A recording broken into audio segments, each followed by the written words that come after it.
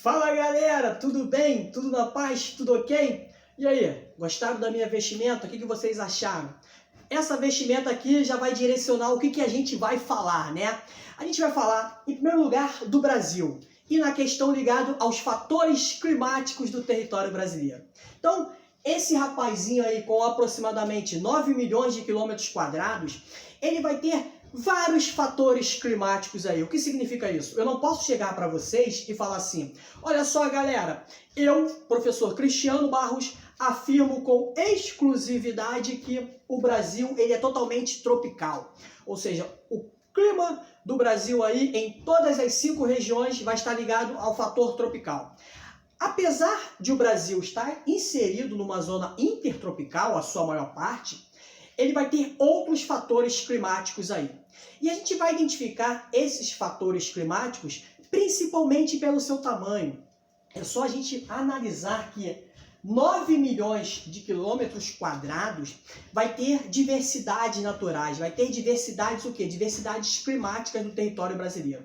Então, com esse tamanho gigantesco, e sendo que a sua maior parte está inserida onde? Está inserida numa zona intertropical, a maior parte do clima brasileiro vai estar inserido em fatores climáticos ligados ao fator tropical.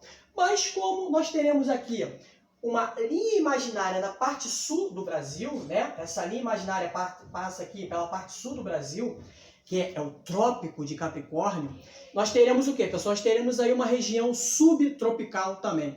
Então, botei para vocês aqui uma divisão dos fatores climáticos, né? Com a minha letra excelente, com a minha letra bonitona, e, consequentemente, com a explicação, vocês vão conseguir identificar e nós vamos falar e passear pelo território brasileiro e também passeando pelo território brasileiro, nós iremos identificar o quê? Nós iremos identificar os fatores climáticos aí.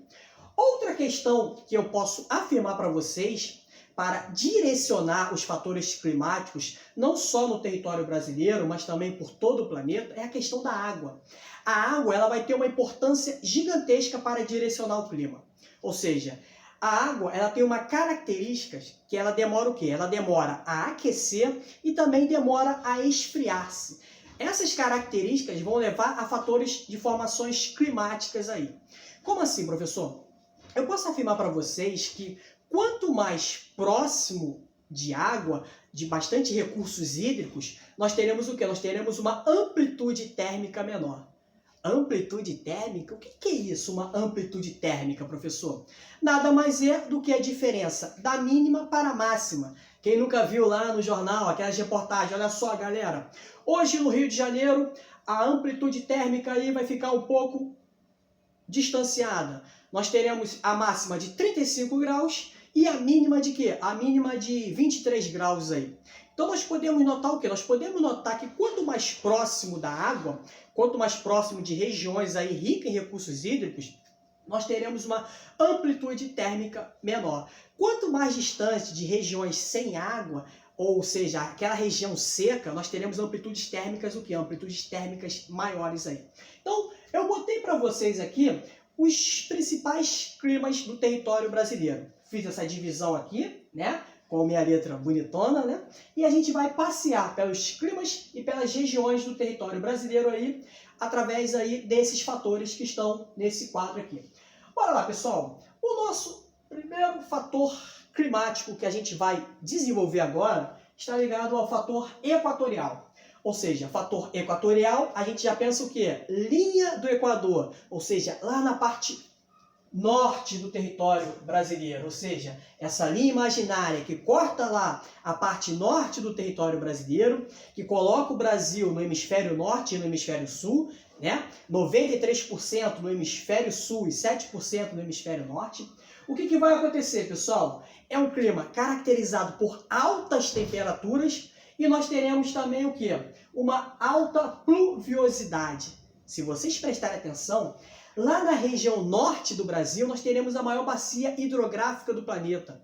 Ou seja, nós teremos aí a região com o maior rio do nosso planeta. Ou seja, vários rios também abastecendo o Rio Amazonas. Ou seja, uma alta temperatura, bastante água. Nós teremos uma evaporação gigantesca que vai gerar o quê? Que vai gerar alta pluviosidade aí. Baixa amplitude térmica. O que significa isso? Não teremos aí diferenças gigantescas entre a máxima e a mínima aí. Então, é caracterizado lá na região norte, nós teremos esses fatores que eu acabei de falar para vocês, né?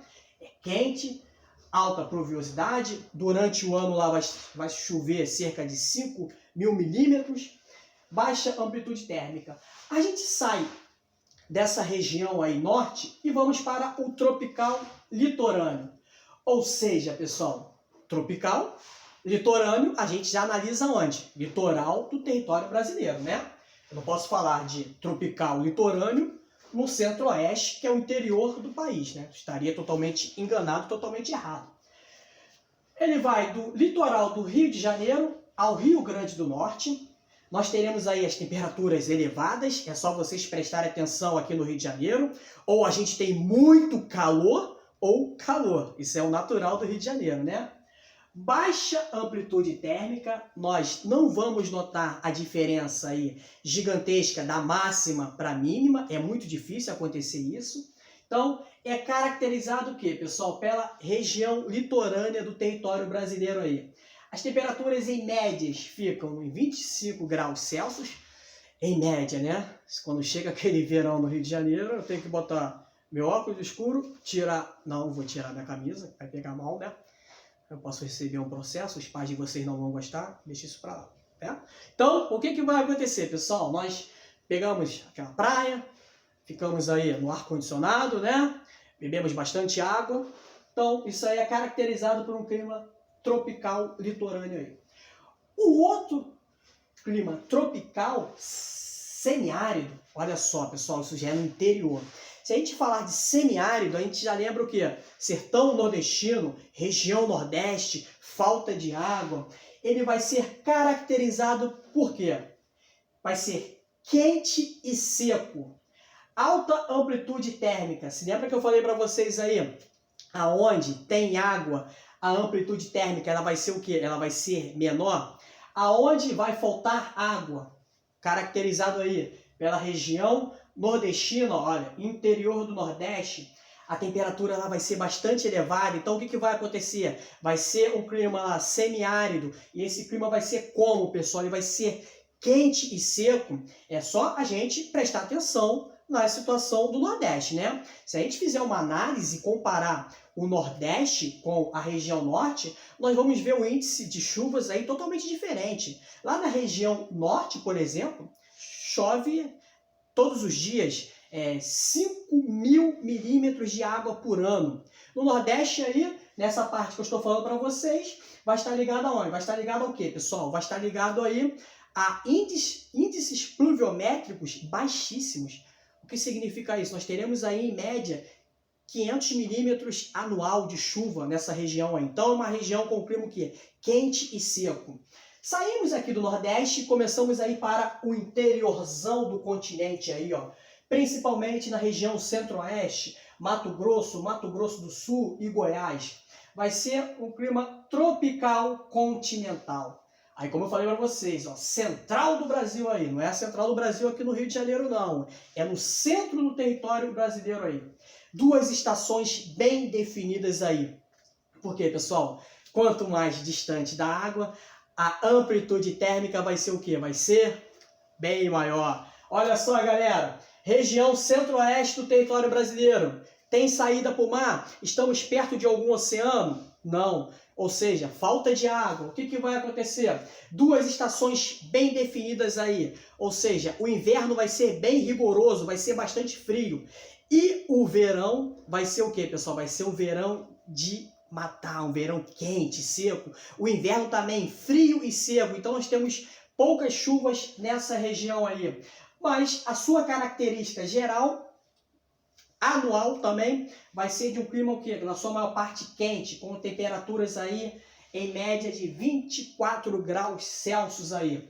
A gente sai do famoso clima tropical continental e vamos para o clima tropical de altitude aí. Galera, altitude, ou seja, regiões serranas.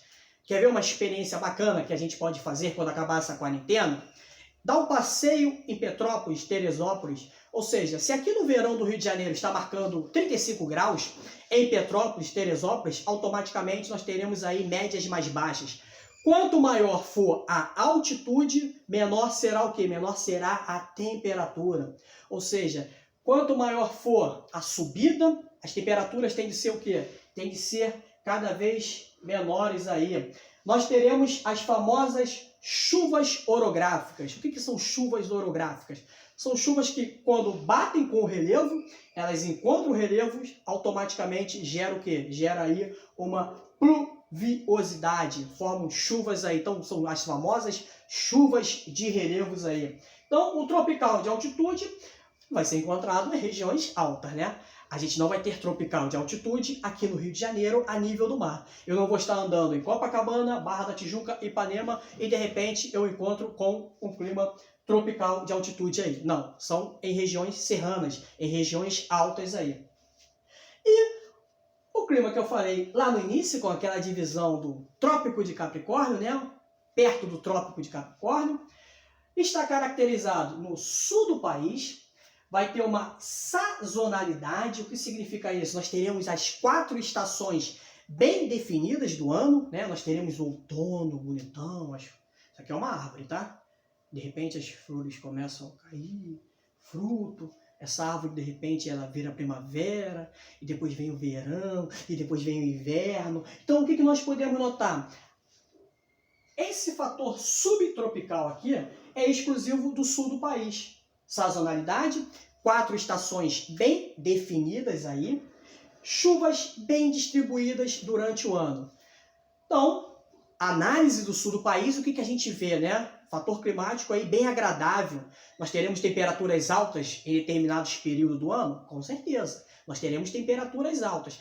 Mas as temperaturas não serão idênticas ou parecidas com a temperatura da região semiárida, ou até mesmo com o tropical continental aí, né? Ou com o tropical litorâneo, que vai do Rio de Janeiro ao Rio Grande do Norte. Então, por esse passeio que nós demos aí, pessoal, por esse Brasilzão aqui, por esses fatores climáticos, a gente consegue identificar o quê? O que eu posso afirmar para vocês? O tamanho do território, ele é muito importante. Ele vai gerar uma diversidade, né? Se ele fosse pequenininho, se ele fosse só Rio de Janeiro, Brasil é só o Rio de Janeiro, nós teríamos aqui, por exemplo, o tropical litorâneo, né? Baixa amplitude térmica, temperatura quente aí na maior parte do ano, chuvas, né? Porque ele é tropical, está no litoral, automaticamente vai arrecadar o quê? Vai arrecadar água do mar, evaporação. Então nós podemos notar o quê? Mas com o território gigantesco, o território de 9 milhões de quilômetros quadrados, nós vamos ter o quê? Nós vamos ter aí essas diferenças nos fatores climáticos. Não só nos fatores climáticos. A gente já falou também das questões de vegetações, né? Nós temos vegetações diferentes aí no território brasileiro. Então, por esse tamanho gigantesco aí, nós teremos diversidades climáticas aí. E o Brasil, na sua maior parte, vai estar inserido aonde? Numa zona intertropical. Então, nós notamos o quê, pessoal? De vários climas aí, nós tivemos, ou notamos aí, que a maior parte dos fatores climáticos vão estar ligados a fatores tropicais aí, ó. Tropical semiárido, tropical litorâneo, tropical continental e tropical de altitude. Galera, eu espero que vocês tenham gostado e tenham entendido essa aula aí. Beijo do tio Cris, até a próxima!